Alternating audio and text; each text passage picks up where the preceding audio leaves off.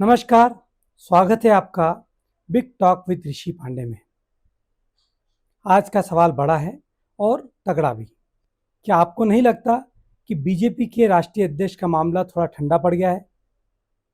क्या संघ प्रमुख मोहन भागवत के उम्र दराज वाले बयान ने इतना रायता फैला दिया है कि अब पार्टी को उसे समेटने में परेशानी हो रही है?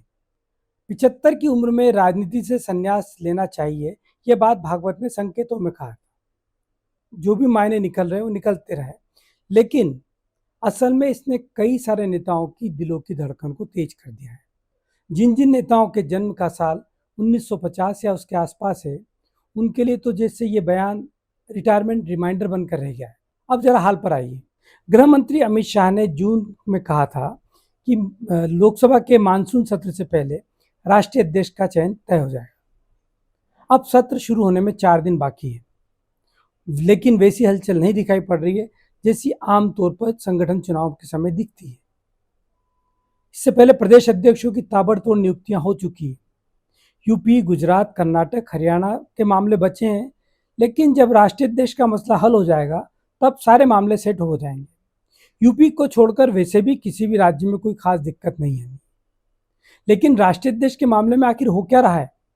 शुरू में ये कहा गया कि मोदी जी चूंकि विदेश गए, वो लौट आए, उसके बाद सब मामला हल हो जाएगा। लेकिन मोदी जी को आए भी 1 हफ्ता होने को आ गया, फिर भी चैन की गाड़ी जहां थी वहीं रुकी हुई है। तो क्या वाकई भागवत जी का बयान रोड़ा बन गया है? संघ में और भाजपा के जो रिश्ते हैं उसमें माना जाता है कि संघ जो कहता है वो भाजपा के लिए पत्थर की लकीर होता है। अटल जी हो, अडवाणी जी हो, मोदी जी हो या शाह, सभी की शुरुआत संघ की शाखा से हुई है। तो जो भी अध्यक्ष बनेगा वो संघ की मर्जी से बनेगा, इसमें कोई शक नहीं। सवाल यह है कि संघ चाहता क्या है?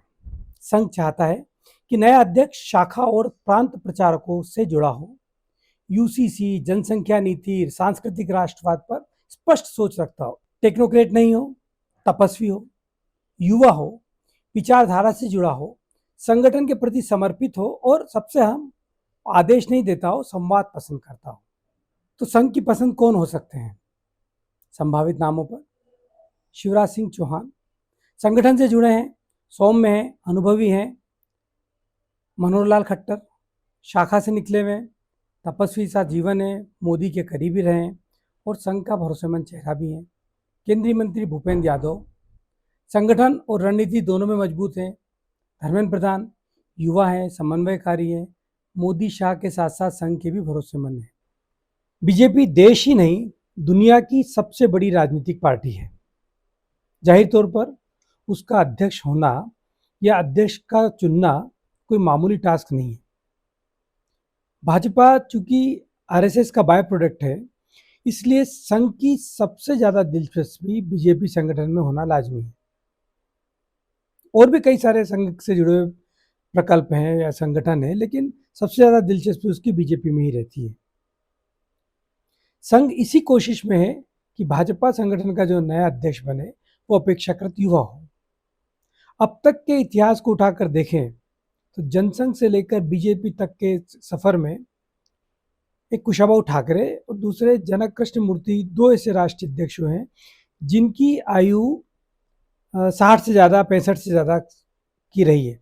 अदरवाइज सारे लोग, वो फिर पंडित दीनदयाल उपाध्याय हों या बलराज मधोक हो, अटल बिहारी वाजपेयी हों या लालकृष्ण आडवाणी हो, राजनाथ सिंह तक और जेपी नड्डा तक भी हम देखें तो तमाम अध्यक्ष 60 साल की कम उम्र में ही बने हैं। 2 अध्यक्ष, अपवाद स्वरूप 2 अध्यक्षों का मैं नाम लूंगा जो 50 की अंदर की आयु में ही अध्यक्ष की कुर्सी पर पहुंचने में कामयाब हुए हैं। उसमें एक है नितिन गडकरी और दूसरे हैं अमित शाह। नितिन गडकरी 48 साल की उम्र में अध्यक्ष बनने में सफल हुए थे, जबकि अमित शाह को यह मौका 49वें साल में ही मिल गया था। अब यदि यही क्राइटेरिया है उम्र का, तो इस क्राइटेरिया में भूपेंद्र यादव एक गंभीर दावेदार के रूप में उभर कर सामने आते हैं। हालांकि संघ का एक तबका यह भी चाहता है कि इस बार किसी महिला को पार्टी की कमान सौंपी जाए।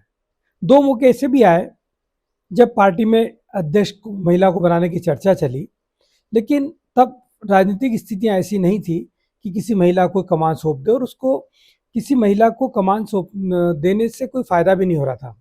अब जबकि महिला आरक्षण लागू हो गया है, तब स्वाभाविक रूप से चर्चा उठ रही है और संघ भी इस दिशा में सोच रहा है। तो जिन नामों पर चर्चा हो रही है वो अधिकांश दक्षिण भारत से ही है। लॉजिक यह है कि महिलाएं चूंकि एक वोट बैंक के रूप में उभर रही है, आधी आबादी को लुभाने के लिए सारे दल अपने अपनी तरह से प्रयास कर रहे हैं और बीजेपी को दक्षिणी राज्यों में अपनी पैठ भी मजबूत करना है।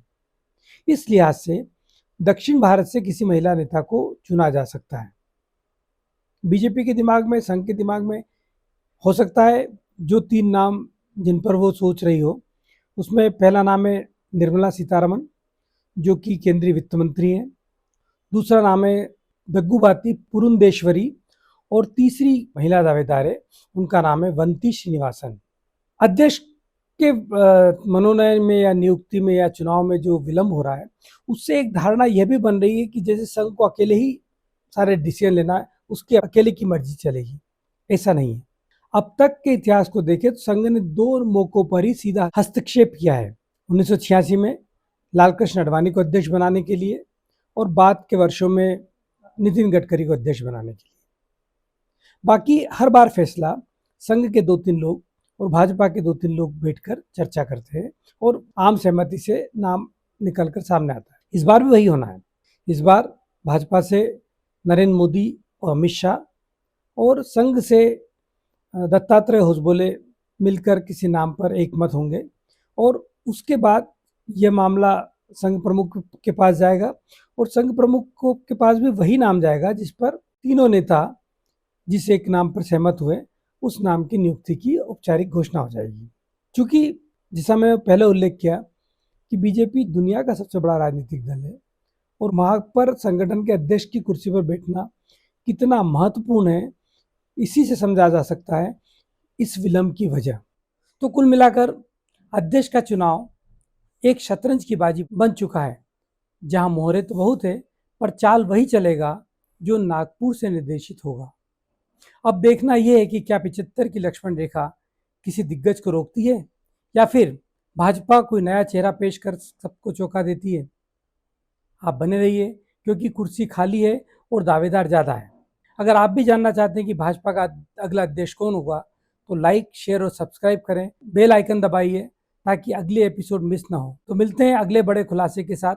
तब तक के लिए जय हिंद और बिग टॉक जारी रहेगी। नमस्कार।